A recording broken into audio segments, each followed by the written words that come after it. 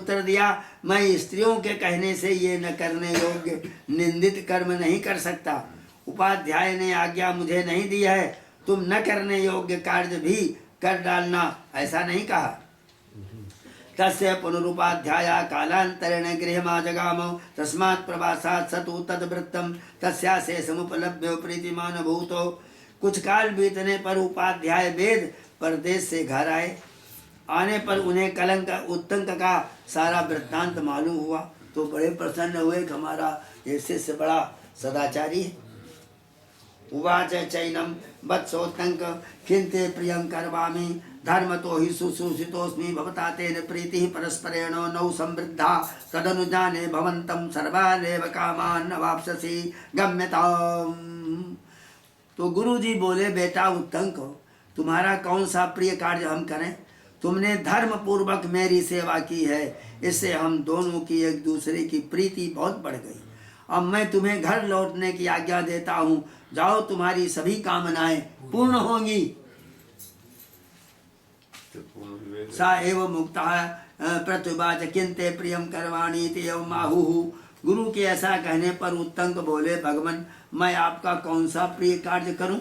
वृद्ध पुरुष कहते भी हैं, जष्टा धर्मेण वै ब्रूजात् जष्टा धर्मेण पृच्छति तयोरन्यतरः प्रैति विद्वेषं चाधिगच्छति। जो अधर्म पूर्वक अध्यापन या उपदेश करता है, अधर्म पूर्वक अथवा अधर्म पूर्वक प्रश्न करता है, उन दोनों में से एक गुरु अथवा एक शिष्य मृत्यु एवं विद्वेष को प्राप्त होता है। सोह मनुज्ञातो भवते इच्छामीष्टं गुरुवर्थं उपहर्तुम् इति तेनैव मुक्त उपाध्याया प्रतिवाच वत्सोत्तंक उच्यताम्। अतः आपकी आज्ञा मिलने पर मैं अभीष्ट गुरु दक्षिणा भेंट करना चाहता हूँ। उत्तंक के ऐसा कहने पर उपाध्याय बोले, बेटा उत्तंक, कुछ दिन और यही हमारे यहाँ रहो भी। स कदाचित उपाध्यायम् आहोत्तंकः ज्ञापयतु भवान् किन्ते प्रिय उपाहरामि गुरुवर्थम्। फिर किसी दिन उत्तंक ने फिर उपाध्याय से कहा, भगवान आज्ञा दीजिए, मैं आपको कौन सी प्रिय वस्तु गुरु दक्षिणा के रूप में भेंट करूं? तमोपाध्याय प्रतिवाच वत्सोत्तंक बहुसो मां चोदयसि गुरुवर्थं उपाहरामीति तद्गच्छैनां प्रविश्योपाध्यायानीं पृच्छो यमुपाहरामीति ऐसा जद्ब्रवीति तदुपाहरस्वेति। उपाध्याय ने कहा, वत्स उत्तंक, तुम बार बार मुझसे कहते हो मैं क्या गुरु दक्षिणा भेंट करूं? जाओ, घर के भीतर प्रवेश करके अपनी गुरु पत्नी से पूछ लो मैं क्या गुरु दक्षिणा भेंट करूं। जो बतावे वही तुम भेंट कर दो। स एव मुक्त उपाध्यायेनोपाध्यायानीम पृच्छतो भगवत उपाध्यायेनास्य अनुज्ञातो गृहं गन्तुम् इच्छामीष्टं ते गुरुवर्थं उपहृत्यान्नो गन्तुमिति तदा ज्ञापयतु भवति किमुपाहरामि गुरुवर्थम्। उपाध्याय के ऐसा कहने पर उत्तंक ने गुरु पत्नी से पूछा, देवी, मुझे आज्ञा दिया है गुरु जी ने कि तुम जाओ, जो अभीष्ट वस्तु गुरु दक्षिणा के रूप में भेंट करनी है वो गुरु के ऋण से ऋण होना चाहता हूँ, अतः आप आज्ञा दें, मैं गुरु दक्षिणा के रूप में कौन सी वस्तु दूं? सैव मुक्तोपाध्यायानि तमुत्तंकं प्रतिवाचो गच्छ पौष्यं प्रति राजानं कुंडले भिक्षुतुं तस्य क्षत्रियया विनद्धि। उत्तंक के ऐसा कहने पर गुरु पत्नी उनसे बोली, हे वत्सो, तुम राजा पौष्य के यहाँ जाओ, उनकी छत्राणी पत्नी ने जो दोनों कुंडल पहन रखे हैं उसे मांग करके ले आओ। वो तक्षक नाग के कुंडल है। ते आनयस्व चतुर्थे हनि पुण्यकं भविता ताभ्याम आबद्धाभ्याम शोभमाना ब्राह्मणान् परवेष्टुमिच्छामि तत्सम्पादयस्व एवं ही कुर्वतः श्रेयो भवितान्यथा कुतः श्रेय इति। और उन कुंडलों को शीघ्र ले आओ। आज के चौथे दिन पुण्य का व्रत होने वाला है। उस दिन कानों में उन कुंडलों को पहनकर सुशोभित हो ब्राह्मणों को भोजन हम परोसना चाहती हैं। तुम मेरा मनोरथ पूर्ण करो, देव गुरु दक्षिणा, अन्यथा कल्याण की प्राप्ति कैसे संभव है। सा एव मुक्तस्तया प्रातिष्ठ तो तंकः सा पथि गच्छन् अपश्यत् ऋषभम् अति प्रमाणं न तमधिरूढ़ं च पुरुषमति प्रमाणमेव सा पुरुष उत्तंकं व्यभासतो। गुरु जी के ऐसा कहने पर उत्तंक, गुरुपत्नी के ऐसा कहने पर उत्तंक वहां से चल दिए। मार्ग में जाते समय उन्होंने एक बहुत बड़े बैल को देखा। बैल उस पर चढ़ा हुआ एक विशाल काय पुरुष था। उस पुरुष ने उत्तंक से कहा, वो उत्तंक ततो पुरी सम्मसरे सबसे भक्षयस्व स मुक्तो नैक्षतो। उत्तंक, तुम इस बैल का गोबर खा लो। किंतु उसके ऐसा कहने पर भी उत्तंक को वो गोबर खाने की इच्छा नहीं हुई। तमाह पुरुषो भूयो भक्षयस्वोत्तंक माँ विचारयोपाध्याय नापिते भक्षितुम पूर्वम। वो बोला, उत्तंक खा लो, विचार न करो, तुम्हारे उपाध्याय गुरु ने भी पहले इसे खाया था। सेवम एवं मुक्तो बाढ़ इत्युक्ता तदा तदवृषभस्य मूत्रम पुरी संचय भक्षयोत्तंकः संभ्रमात् उत्थित एवाप उपस्पृश्य प्रतस्ते। उसके ऐसा कहने पर उत्तंक ने बहुत अच्छा कहकर उसकी बात मान लिया और बैल के गोबर और मूत्र को खा पी करके उतावली के साथ खड़े खड़े आचमन किया और चल दिए। जत्र सा क्षत्रिया पौषस तमुपेत्यासीन मपश्यत उत्तंकः सा उत्तंकस्तम पेत्यासीरभिरंध्यो वाचो। जहाँ वे क्षत्रिय राजा पौष रहते थे वहाँ पहुंचकर उत्तंक ने देखा वे आसन में बैठे हैं और उनके समीप जाकर आशीर्वाद दिया। तो अर्थी भवन्तं उपगतोऽस्मीति सा एनं अभिवाद्यो वाचो भगवन् पौष्यः खल्व हम ही किंकरमाणीति। राजन, मैं याचक होकर आपके पास आया हूँ, मैं भिखारी हूँ, याचक। राजा ने उन्हें प्रणाम करके कहा, भगवान मैं आपका सेवक पौष्य हूँ, कहिए आपकी किस आज्ञा का पालन करूं। तम उवाच गुरुवर्थम कुंडलयोरर्थेनाभ्यागतोऽस्मीति जे वैते क्षत्रिया पिनद्धे कुंडले ते भवान दातुम अर्हतीति। पौष ने कहा कि राजन, मैं गुरु दक्षिणा के निमित्त 2 कुंडलों के लिए आपके यहाँ आया हूँ।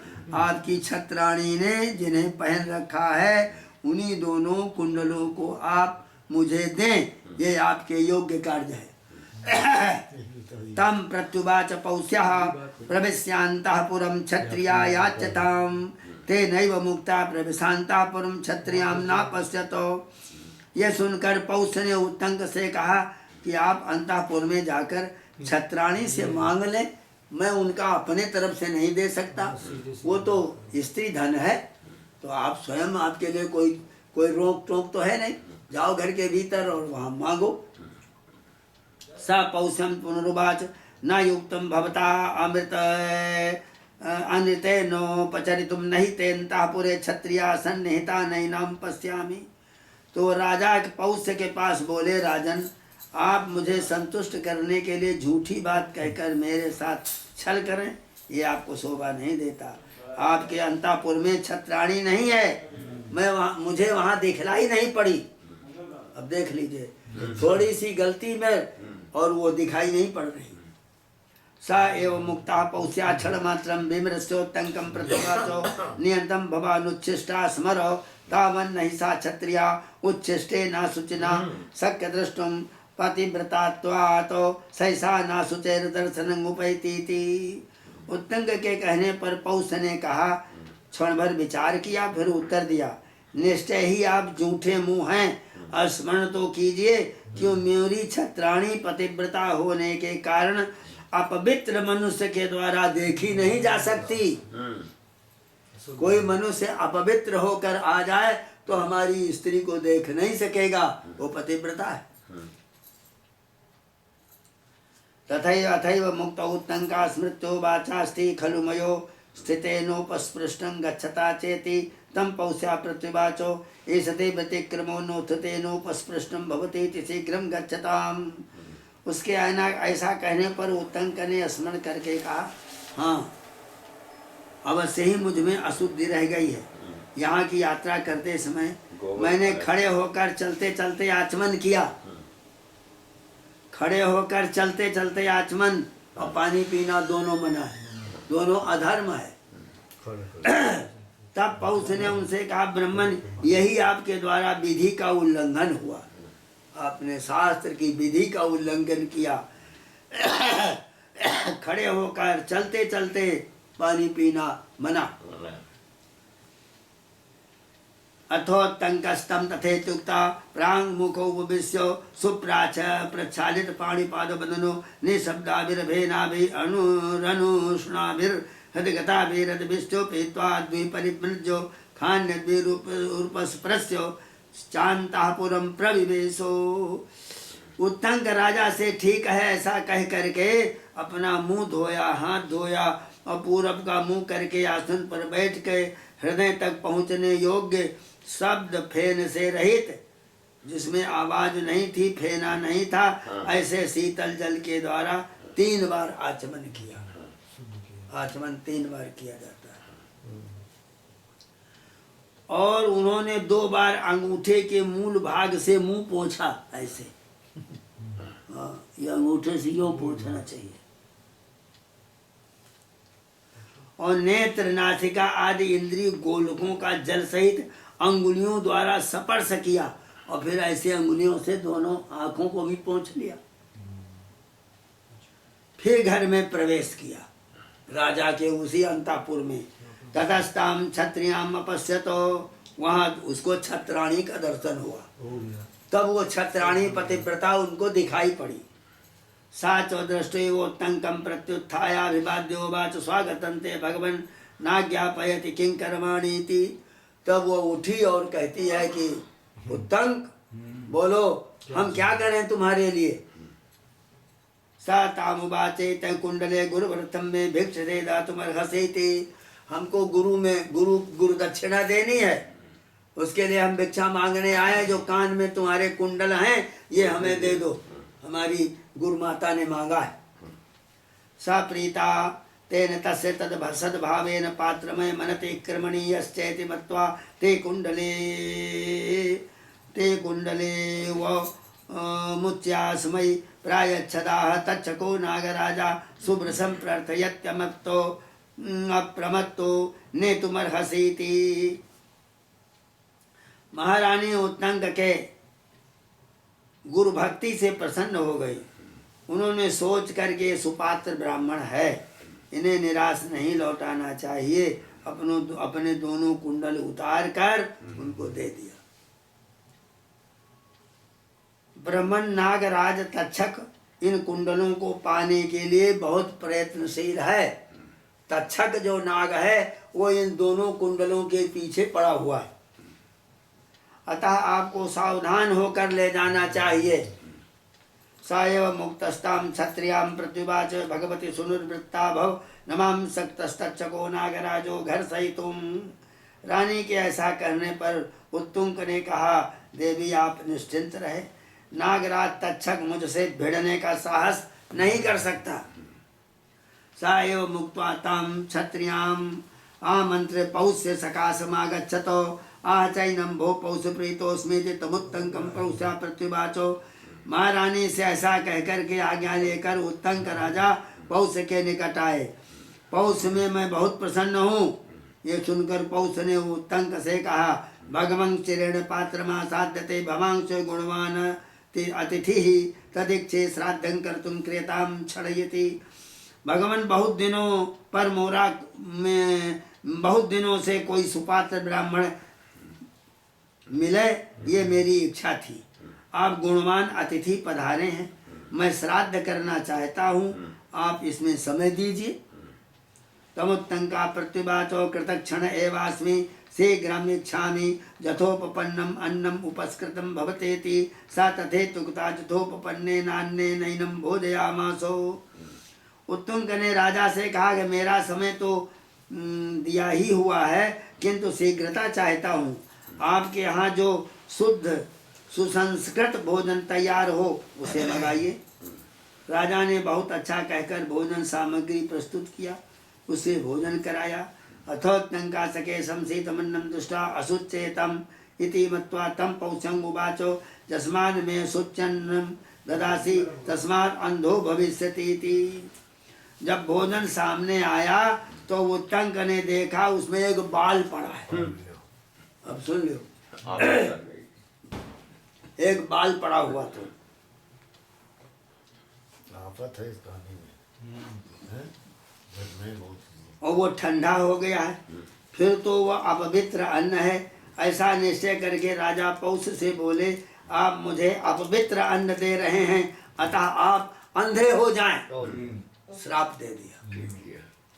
ताम पौष्या प्रत्युवाच जस्मात् त्वमप्यदुष्टमन्नं दूषयसि तस्मात् त्वमन्नपत्यो भविष्यति ते तमुत्तंका प्रत्युवाचो। पौष ने भी उसे बदला, उस राजा ने भी उनको श्राप दे दिया। लड़ाई होने लगी। आप शुद्ध अन्न को दूषित बता रहे हैं, अतः आप भी संतानहीन हो जाएं। यह उसने श्राप दे दिया। तो उत्तंक राजा पौष से बोले, न युक्तम भवतान्नम अशुचि दत्ता प्रतिशापम धातुम तस्मात् अन्नमेव प्रत्याक्षी कुरु। तथा पौषस्तदन्नम अशुचि दृष्टा तस्याशुचि भावम परोक्षयामासो। अपवित्र अन्न दे करके फिर बदले में साप देना, ये आपके लिए उदित नहीं है। पहले अन्न को ही प्रत्यक्ष देख लीजिए। तो पौष ने उस अन्न को अपवित्र देखकर उसकी अपवित्रता के कारण का पता लगाया।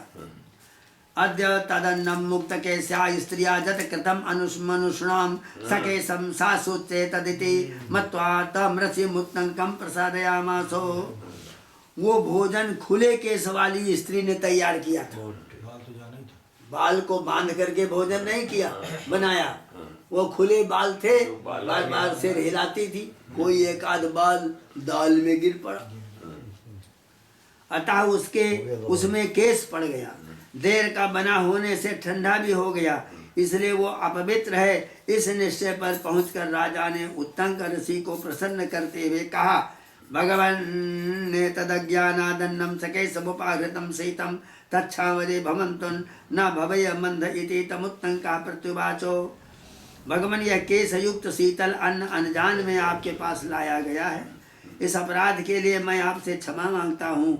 आप ऐसी कृपा कीजिए, मैं अंधा न हूँ। तो उत्तंक ने राजा से कहा, न मृषा ब्रवीमि भूत्वा त्वमन्धो न चिराद अनंधो भविष्यति ममा पिशापो भवता दत्तो न भवेतो। राजन, मैं झूठ नहीं बोलता। आप पहले अंधे होकर फिर थोड़े ही दिनों में इस दोष से रहित हो जाएंगे। अब आप भी ऐसी चेष्टा करें कि जिससे आपका दिया हुआ शाप मुझ पर लागू न हो। समझौता हो गया। आपने कहा कि आप संतानहीन हो जाएंगे। तम पौष्या प्रत्युवाच न चाहम सक्ता शापम प्रत्यादातुम न मे मनुरद्याद्युपशमं गच्छति किं चैतद्भवता न ज्ञायते यथा नवनीतं हृदयं ब्राह्मणस्य वाचिच्छुरो नेतस्तीक्ष्णधारः तदुभयमेतद्विपरीतं क्षत्रियस्य वाङ्नवनीतं हृदयं तीक्ष्णधारम्। तो सुनकर पौष ने उत्तंक से कहा, मैं आपको लौटाने में, मैं श्राप को लौटाने में असमर्थ हूँ। मेरा क्रोध अभी तक शांत नहीं हो रहा है। क्या आप जानते नहीं, ब्राह्मण का हृदय मक्खन के समान मुलायम होता है और जल्दी पिघलने वाला होता है। केवल उसकी वाणी में ही तीखी धार वाले छुरे का प्रभाव होता है, किंतु ये दोनों ही बातें क्षत्रिय के लिए विपरीत हैं। उसकी वाणी में नवनीत के समान कोमल होती है, लेकिन हृदय पैनी धार वाले छुरे के समान तीखा होता है। ऐसा क्षत्रिय होता है। तदेवं गते न शक्तो हम तीक्ष्ण हृदयत्वात् तम शापम अन्यथा कर्तुं गम्यतां तमुक्तंका प्रत्युवाचो भवता हमन्नस्या शुचि भवमालक्ष्य प्रत्युनीताः प्राक्चते वेतं तस्मात् अदुष्टमन्नं दूषयसि तस्मात् अनपत्यो भविष्यति इति दुष्टे चान्ये नैव मम शापो भविष्यति इति। ऐसी दशा में कठोर हृदय होने के कारण मैं उस शाप को बदलने में असमर्थ हूँ। इसलिए आप जाइए। उत्तंक बोले, राजन, आपने अन्न की अपवित्रता देखकर मुझसे क्षमा के लिए अनुनय विनय की, किंतु पहले आपने कहा था तुम शुद्ध अन्न को दूषित बता रहे हो, इसलिए संतानहीन हो जाओगे। इसके बाद अन्न का दोष युक्त होना प्रमाणित हो गया, अतः आपका ये शाप मुझ पर लागू नहीं होता है। देखो कैसा तर्क निकला। तर्क दिया। हाँ? हाँ तर्क है। कैसा बढ़िया तर्क है। हाँ ठीक है ठीक है। साधया मस्तावदित्युक्ता म प्रातिष्ठतोत्तङ्कस्थे कुण्डले गृहीत्वा सोपपश्यदथ पतिनग्नं क्षपणकमागच्छन्तं मुहुर्मुहुः दृश्यमानमदृश्यमानञ्चो। अब हम अपना कार्य साधन कर रहे हैं, ऐसा कहकर उत्तंक दोनों कुंडलों को लेकर वहां से चल दिए। मार्ग में उन्होंने अपने पीछे आते हुए एक नंगे एक छपणक को, छपणक माने एक भिखारी, कोई सन्यासी, सन्यास वेश में था, जो बार बार दिखाई देता और छिप जाता था। अथो तंकस्ते कुंडले सन्यस्य भूम उदकार्थम प्रचक्रमे एतस्मिन्नन्तरे सा छपणकस्त्वरमाण उपसत्तते कुंडले गृहीत्वा पाद्रवतो। कुछ दूर जाने के बाद उत्तंक ने उन कुंडलों को एक जलाशय के गड्ढे के किनारे रख दिया और स्वयं जल संबंधी शौच, स्नान, आचमन, संध्या तर्पण करने लगे। इतने में ही वो छपड़क जो था साधु वेश में, वो बड़ी उतावली के साथ वहां आया, दोनों कुंडलों को लेकर भागा। तब उत्तंको विसत्य कृतोदक कार्यः शुचिः प्रजतो नमो देवेभ्यो गुरुभ्यश्च कृत्वा महता जवेन तमन्वयातो। उत्तंक भी स्नान तर्पण संबंधी कार्य पूरा करके पवित्र होकर देवताओं गुरुओं को नमस्कार किया और जल से बाहर निकलकर बड़े वेग से उस छपणक का पीछा किया। तस्य तच्छको दृढ़ मासन्नः सतं जग्राह गृहीत मात्रः सा तदरूपं विहाय तच्छकस्वरूपं कृत्वा सहसा धनेन विवृतं महाबिलं प्रविवेशो। वास्तव में वो नागराज तक्षक ही था। दौड़ने से उत्तंक के अत्यंत समीपवर्ती हो गया। उत्तंक ने उसे पकड़ लिया। पकड़ में आते ही उसने छपणक का रूप धारण कर दिया, त्याग कर दिया। तक्षक नाग का रूप धारण करके वो सहसा प्रकट हुए, पृथ्वी के एक बहुत बड़े बिल में घुस गए। प्रविश्य नागलोकम स्वभवनमगच्छतो अथोत्तंकस्तस्या क्षत्रियाया बचा स्मृत्वा तम तक्षकम अनुगच्छतो। अब वो घुस करके अपने नागलोक में पहुंच गया और बिल में प्रवेश करके वहां चला गया। तो छत्राणी की बात का स्मरण करके उत्तंक ने नागलोक तक उस तक्षक का पीछा किया। सा तद्बिलम दष्ट काष्ठेन च खान न चा सकन तम क्लिश्यमान इंद्रो अपश्यत सा वज्रम प्रेषयामासो। उस एक बेत से उस बिल को खोदने लग गया कि हम भी इसी बिल में घुस करके वहां जाएंगे, लेकिन वो बिल कहाँ तक खोदें, वो नहीं खुद सका।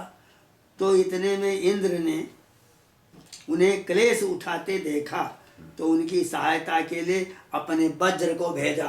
हे वज्र, सा गच्छा से ब्राह्मण से सहायम कुरु, जाओ ब्राह्मण की सहायता करो। अथ वज्रम दंड काष्ठं अनुप्रवेश तद बिलम धारयतो। वो दंडे में वो जो वज्र था वो प्रविष्ट हो गया।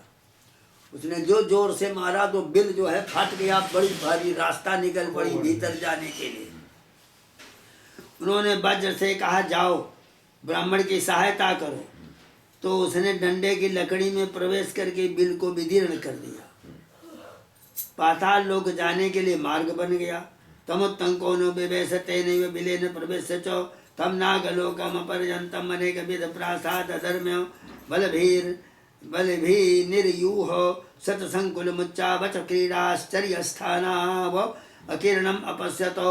सा तत्र नागांस्तानस्तु वदेभिः श्लोकैः जैरावतरा जाना सर्पा समिति शोभना क्षरंत युवजी मूता सब विद्युत पवनेरिताः। उत्तंक उस बिल में घुस गए और उसी मार्ग के भीतर से वो नागलोक का दर्शन किया, जिसकी कहीं सीमा नहीं थी। अनेक प्रकार के मंदिर महल बने हुए थे, बड़े ऊंचे ऊंचे छज्जे थे, मंडप था, सैकड़ों दरवाजों से सुशोभित बड़े बड़े क्रीड़ा स्थल थे। वहाँ इन श्लोकों के द्वारा नागों का स्तवन किया।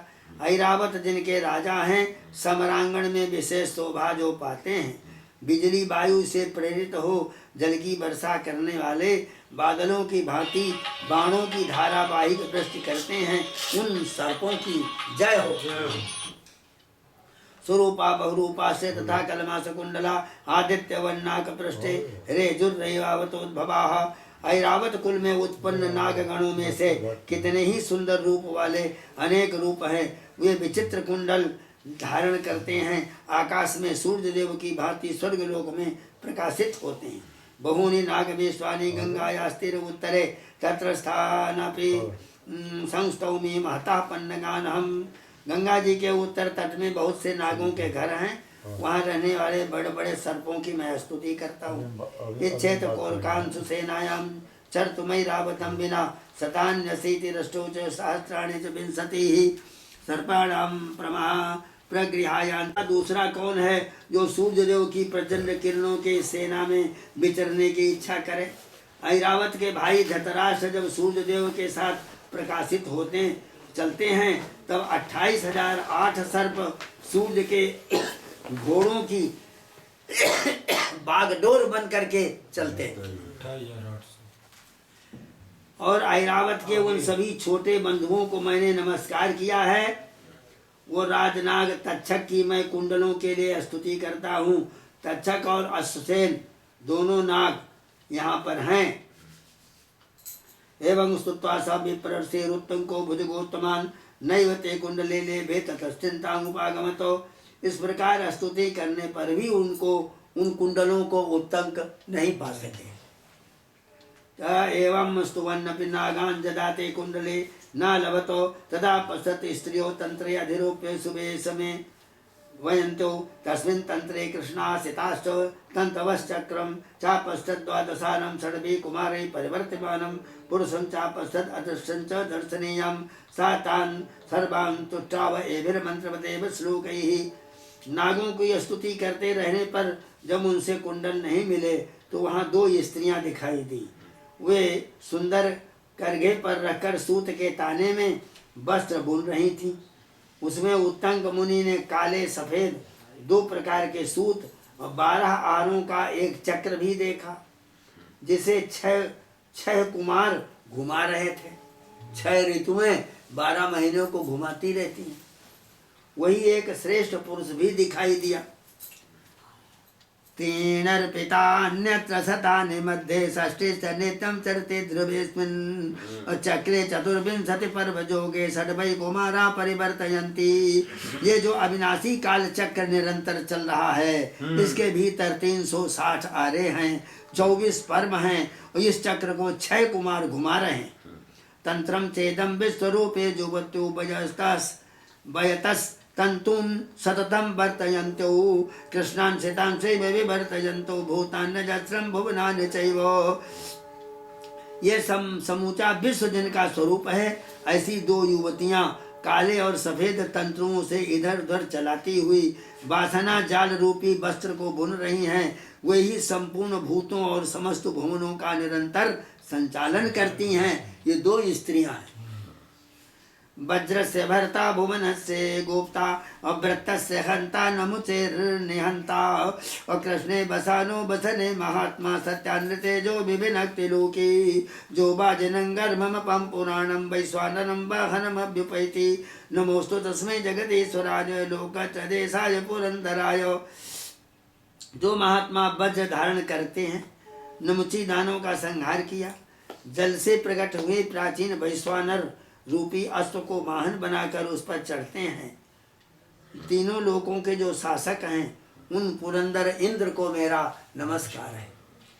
तथा सा एनम पुरुषा सा प्रीतोस्मि तेहम तेन स्तोत्रेण कीर्ति प्रियम कर्माणि थी। तो वो पुरुष जो है उत्तुंग से बोला। 2 स्त्री थी, 1 पुरुष था। तो वो उत्तुंग कहता है, ब्रह्मन मैं तुम्हारे इस स्तोत्र से बहुत प्रसन्न हूँ, तुम्हारा कौन सा प्रिय कार्य करूँ। तो उत्तंक ने कहा, नागा में बसमे योरिति सचैनम पुरुषा पुनरुवाचो एतमस्वमपाने धमस्वेति। नाग मेरे अधीन हो जाए। उनके ऐसा कहने पर वो बोला, इस घोड़े की गुदा में फूंक मारो। हमारा जो घोड़ा है इसकी गुदा में तुम फूंको। तन्मे स्वास्यापान मधमतो ततो स्वाधम्यमानात् सर्वस्रोतोभ्यापावकार्चिसा साधु माने विस्पेतु। ये सुनकर उत्तंक ने घोड़े की गुदा में फूंका, बड़े जोर से। फूंकने से घोड़े के शरीर के सारे छिद्रों से धुएं के सहित आग की लपटें वाह। निकली। क्या बात आज की लपटें निकल ताभिर्नागलोका उपधूपिते थ सम्भ्रान्तस्तच्छको अग्नेस्तेजो भयात् विषयेण कुण्डले गृहीत्वा सहसा भवन्ना निष्क्राम्योत्तममुवाचो।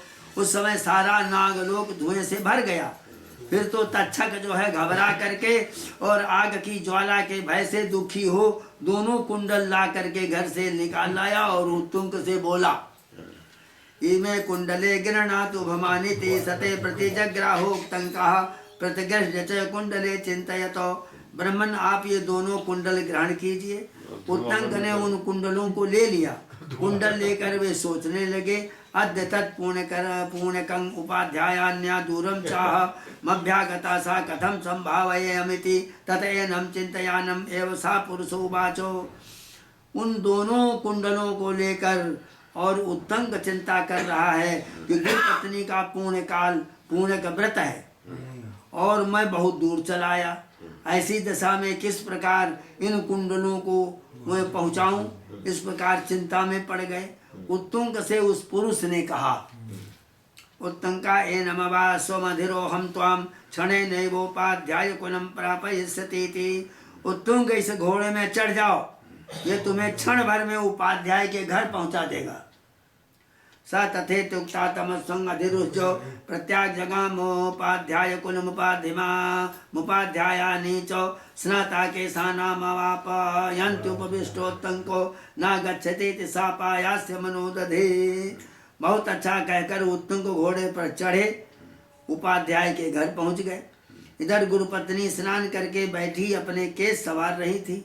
उत्तुंग अब तक नहीं आया, ये सोचकर उन्होंने शिष्य को साप देने का विचार किया। तस्मिन् अंतरे सा उत्तंका प्रवेश उपाध्याय कुल उपाध्यायानि मभ्यवादयतो ते चास्मै कुंडले प्राजच्छत स चैनम प्रत्युवाचो। इसी बीच में उत्तुंग ने उपाध्याय के घर में प्रवेश करके गुरु पत्नी को प्रणाम किया और दोनों कुंडल ला करके उनको दे दिया। उत्तुंग देशे काले भ्यागता स्वागतंते वत्सो त्वमनागसी मया न सप्ताश्रेयस्तवोपतिष्ठितं सिद्धिमाप्नुहीति। उत्तुंग तुम ठीक समय आ गए हो, अच्छा हुआ जो बिना अपराध के ही तुझे मैं शाप देना चाहती थी। तेरा कल्याण उपस्थित है, तुझे गुरु के यहाँ रहकर विद्या की सारी सिद्धि प्राप्त हो जाए। गुरु पत्नी ने यह आशीर्वाद दे दिया। अथो तंका उपाध्याय मभ्यवादयतो तमुपाध्याय प्रत्युवाचो वत्सोत्तंक स्वागतंते किंचिरम कृतमिति।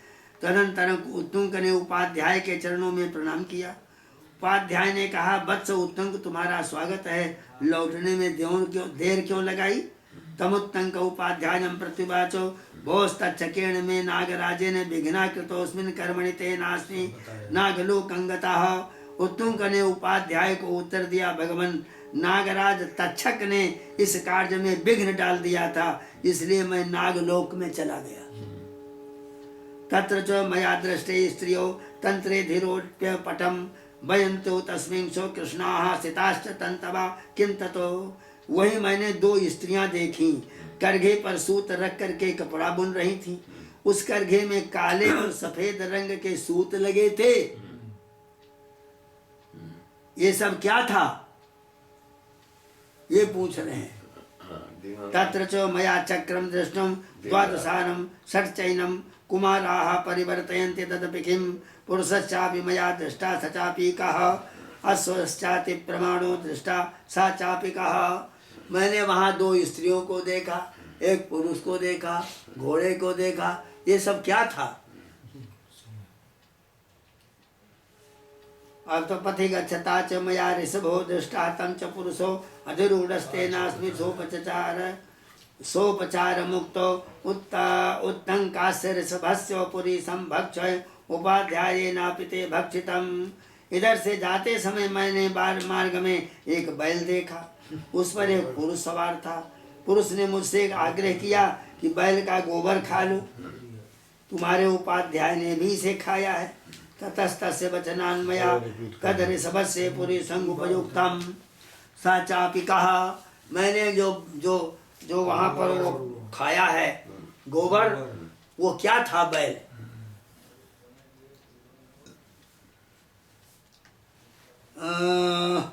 स पुरुषः ते जेते स्त्रियो ध्याता विधाता च जेत ते कृष्णाः सितास्तन्तवस्ते रात्रहनि यदपि तच्चक्रं द्वादशानं षड् वै कुमारा परिवर्तयन्ति तेऽपि षड् ऋतवः द्वादशारा द्वादशमासा संवत्सरश्चक्रम्। वो दोनों स्त्रियां थीं, वे धाता और विधाता है। एक धाता है, एक का नाम विधाता। जो काले और सफेद तंतु थे वो रात और दिन है। 12 आरों से जो चक्र है और उसको 6 कुमार घुमा रहे थे, वो 6 ऋतुएं हैं और वो 12 महीने हैं और संवत्सर ही वो चक्र है। यह पुरुषा सा पर जो अश्वाग्निर्जा ऋषभा त्वया पथि गच्छता दृष्टा सा ऐरावतो नागराटो। जो पुरुष था वो इंद्र है, जो अश्व था वो अग्नि है। इधर से जाते समय तुमने जिस बैल को देखा था वो नागराज ऐरावत है। जष्टै नमधिरूढ़ा पुरुषा सा चेन्द्रो यद्यपि भक्षितं तस्य ऋषभस्य पुरीशं तदमृतं तेन खल्वसि तस्मिन् नागभवने नाव्यापन्नस्त्वं। जो उस पर चढ़ा हुआ पुरुष था वो इंद्र था। तुमने बैल के जिस गोबर को खाया वो अमृत था, इसीलिए तुम नागलोक में जाकर के मरे नहीं। नहीं, वहां विष के सामने कौन ठहर सकता है? सा ही भगवान इंद्रो मम सखा तदनुक्रोशादि मम अनुग्रहं कृतवान तस्मात् कुंडले गृहीत्वा पुनः रागतोषि। वे भगवान इंद्र मेरे सखा हैं, तुम पर कृपा करके ही उन्होंने यह अनुग्रह किया। यही कारण है कि तुम दोनों कुंडल लेकर लौट आए हो। तत् सौम्य गम्यताम अनुजाने भवंतम से जो वापसतो सा उपाध्याय नानुज्ञातो। भगवान उत्तम कहा क्रुद्धस्तच्छकं प्रतिचकिर समाणो हास्तिनपुरम प्रतस्ते। हे सौम्य, अब तुम जाओ, मैं तुम्हें जाने की आज्ञा देता हूँ, तुम कल्याण के भागी बनो। ये उपाध्याय ने कह दिया। फिर उत्तुंग जो है तक्षक के प्रति कुपित हो गए। उस तक्षक नाग के प्रति उनको गुस्सा आया, तो उसे बदला लेने के लिए हस्तिनापुर की ओर चल दिए। सा हस्तिनापुरम प्राप्य न चिरात् विप्रसत्तमः समागच्छत राजानम् उत्तंको जनमेजयम्। हस्तिनापुर में पहुंच करके उत्तंक राजा जनमेजय से मिले। पुरा तक्षशिला संतन वृत्तम अपराजितम सम्यक विजयिनम दृष्ट्वा समन्तान् मंत्रिभिर्वृतम तस्मै जया शिखा पूर्वम यथा न्यायम प्रयुज्य सा उवाचैनम बचा काले शब्द संपन्न या गिरा। जनमेजय पहले तक्षशिला गए थे, वहां जाकर विजय हुई। उत्तुंग ने मंत्रियों से घिरे हुए विजय संपन्न राजा जनमेजय को देखकर उन्हें न्याय पूर्वक आशीर्वाद दिया। फिर उचित समय वाणी के द्वारा उनसे कहा, उत्तंक उवाचो अन्यस्मिन् करणीये तु कार्ये पार्थिव सत्तमो बाल्यादि बान्य देवत्वं कुरुषे नृप सत्तमो। तुम्हारे लिए राजन करने योग्य दूसरा कार्य है, वहाँ अज्ञानवश तुम कोई और ही कार्य कर रहे हो। जो तुमको करना चाहिए वो नहीं कर रहे। सौतिरुवाचो एवं मुक्तस्तु विप्रेण स राजा जनमेजया अर्चयित्वा तथा नागम प्रतिवाचोत्तमम्। वो राजा उनको पहले अभिवादन किया, पाद्यार्घ्य से उनकी पूजा की, फिर बोला। उग्रश्रवाज जनमेजय उवाचो आसां प्रजानां परिपालनेन स्वं छत्रधर्मं परिपालयामि प्रब्रूहि मे किं करणीयमद्योजेनाधिकार्येण समागतस्त्वं। ब्राह्मण मैं इन प्रजाओं की रक्षा क्षत्रिय धर्म का पालन करता हूँ, बताइए मेरे करने योग्य कौन सा कार्य है? सौतिरुवाचो सदैव मुक्तस्तु नृपोत्तमेन द्विजोत्तमा पूर्णकृतं वरिष्ठा उवाच राजान मदीन तत्त्वं समेव कार्यान् नपते कुरुषु। राजाओं में श्रेष्ठ जनमेजय के ऐसा कहने पर उत्तंक ने कहा, महाराज वो कार्य मेरा नहीं आपका ही है, आप उसे अवश्य कीजिए। उत्तंक उवाच तच्छकेन महीन्द्रेण जेन ते हिंसिता पिता तस्मै प्रतिकुरुष्वध्वं पन्नगाय दुरात्मने। उत्तुंग ने कहा, भूपाल शिरोमणे, नागराज तक्षक ने आपके पिता की हत्या की है, परीक्षित की। अतः आप उस दुरात्मा सर्प से इसका बदला लीजिए। कार्य का लंघे मन्ने हम विविधे विधि दृष्ट से कर्मणा तद गच्छापचितिम राजन पितुस्तस्य महात्मनः। मैं समझता हूँ कि शत्रुनाशन का कार्य की सिद्धि के लिए जो सर्प यज्ञ रूपी कर्म शास्त्र में हमने पढ़ा है, उसके अनुष्ठान का ये उचित अवसर आ गया। राजन, अपने महात्मा पिता की मृत्यु का बदला आप अवश्य लें। तेना जनपराधीसा दष्टो दुष्टांतरात्मना पंचत्वमगमत राजा वज्राहत वज्रमाह। आपके पिता महाराज परीक्षित ने कोई अपराध नहीं किया, तो भी उस दुष्टात्मा सर्प ने उन्हें डस लिया। ये वज्र के मारे हुए वृक्ष के भांति तुरंत ही गिरकर काल के गाल में चले गए। बल दर्प समुत सिक्तस्तच्चकापन्नगाधमा अकार्यं कृतवान पापो जो दशक पितरंतवो। सर्पों में अधम तक्षक अपने बल के घमंड से उन्मत्त रहता है। उस पापी ने बड़ा भारी अनुचित कर्म किया जो आपके पिता को डस लिया। राजर्षि पंचगोप्तारम पर ममर प्रतिमं नपम जिजासुम काश्यपम चैव निवर्तयत पापकृतो। वे महाराज परीक्षित राजर्षियों के वंश की रक्षा करने वाले देवताओं के समान तेजस्वी थे। काश्यप नामक एक ब्राह्मण आपके पिता की रक्षा करने के लिए उनके पास आना चाहते थे, किंतु उस पापाचारी तक्षक ने उन्हें पैसा रुपया देकर लौटा दिया। हो तो मरहसितम पापम ज्वलिते हव्यवाहने सर्पसत्रे महाराज त्वरितम तद विधीयताम। महाराज, आप सर्प यज्ञ का अनुष्ठान करके उसकी प्रज्वलित अग्नि में उस पापी को होम दीजिए और जल्दी से जल्दी यह कार्य कर डालिए। एवं पदुश्चापचितं कृतमां त्वं भविष्यसि मम प्रियं च सो महतो कृतं राजन् भविष्यति कर्मणा स्पृथवी पालो मम जेन दुरात्मना विघ्नाकृतो महाराजे गुरुव्रतं चरतो नभो। ऐसा करके आप अपने पिता की मृत्यु का बदला चुका सकेंगे। मेरा भी अत्यंत प्रिय कार्य संपन्न हो जाएगा। समूची पृथ्वी का पालन करने वाले है नरेश, तक्षक बड़ा दुरात्मा है। पाप रहित महाराज, मैं गुरु जी के लिए एक कार्य करने जा रहा था जिसमें उस दुष्ट ने बहुत बड़ा विघ्न डाला था। सौ तिरुबाचे चुत्तात नपते तक्षकाय चकोपः उत्तंक वाक्य हविषा दीपोग्निर्हविषा तथा। महर्षियों, ये समाचार सुनकर राजा जनमेजय तक्षक पर कुपित हो उठे। उत्तंक के वाक्य ने उनकी क्रोधाग्नि में घी का काम किया।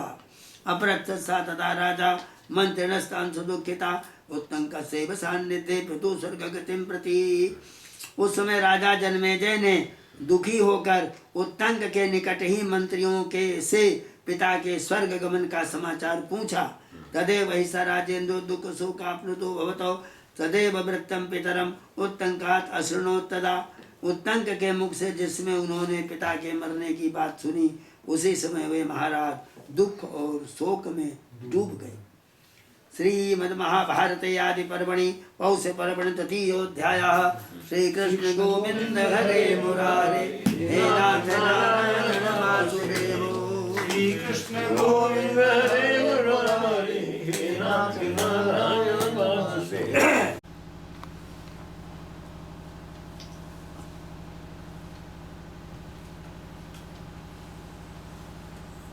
ये आकर के बाल बाल देना, ये सब काम वहाँ का था। कानपुर वहाँ गाँव आए फिर लौट के हाँ इसमें लग गए। फिर इसको करा गाँव से कब चले? हाँ गाँव से कब चले?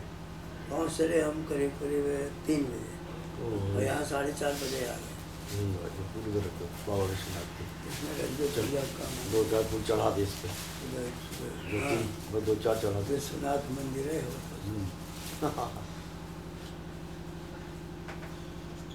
बाबा विश्वनाथ का मंदिर। बाकी लिफाफा रख दे किनारे।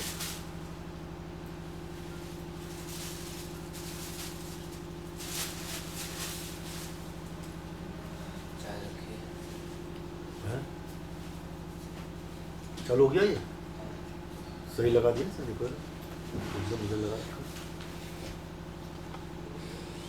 यही श्लोक है उठाया नारायणम नमस्कृत्य नरं चैव नरोत्तमं यहीं से बोलना शुरू किया होगा आपने। देवीं सरस्वतीं व्यासं ततो जयमुदीरये।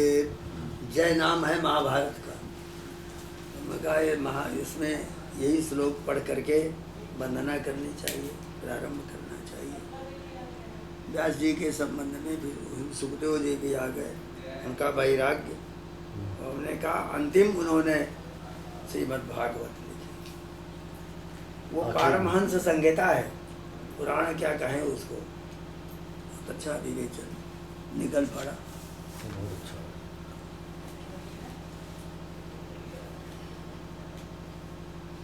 नारायणं नमस्कृत्य नरं चैव नरोत्तमं देवीं सरस्वतीं व्यासं ततो जयमुदीरये।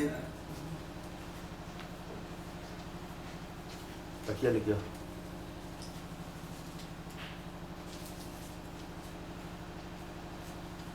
कथा प्रवेश श्रीमद् भागवत का आदि पौलोम पर्व, इसमें कथा का प्रवेश, ये चतुर्थ अध्याय है। तकिया लिखना। हाँ,